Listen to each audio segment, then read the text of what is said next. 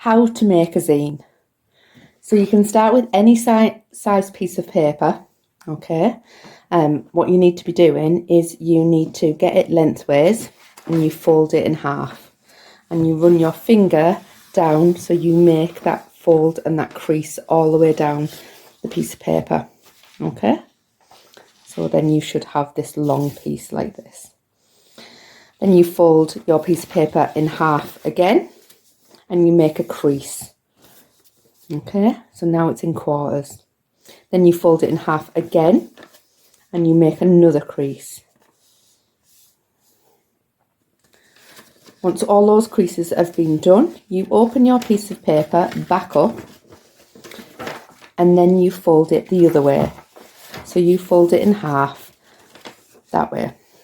Okay, and you cut from the centre to the middle, following the crease line. And then you open it back up and you fold it in half lengthways. When you've made that cut, your paper will open up. I call it a mouth. Can you see? It's like a mouth talking. And you start to push it together until it makes an X. And then when you do that, you can then push your sides together and it then makes a book. Okay, and that's your zine. It's 8 pages and you can do whatever you want in that zine. Zine just means mini magazine. You can make it any size that you want and you can do whatever you want with them. So this is one made with A4. You can see it's a lot smaller.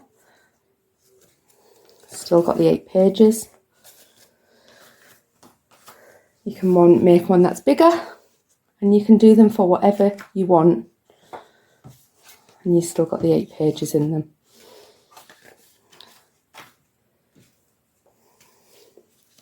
But you can make them for whatever you want to.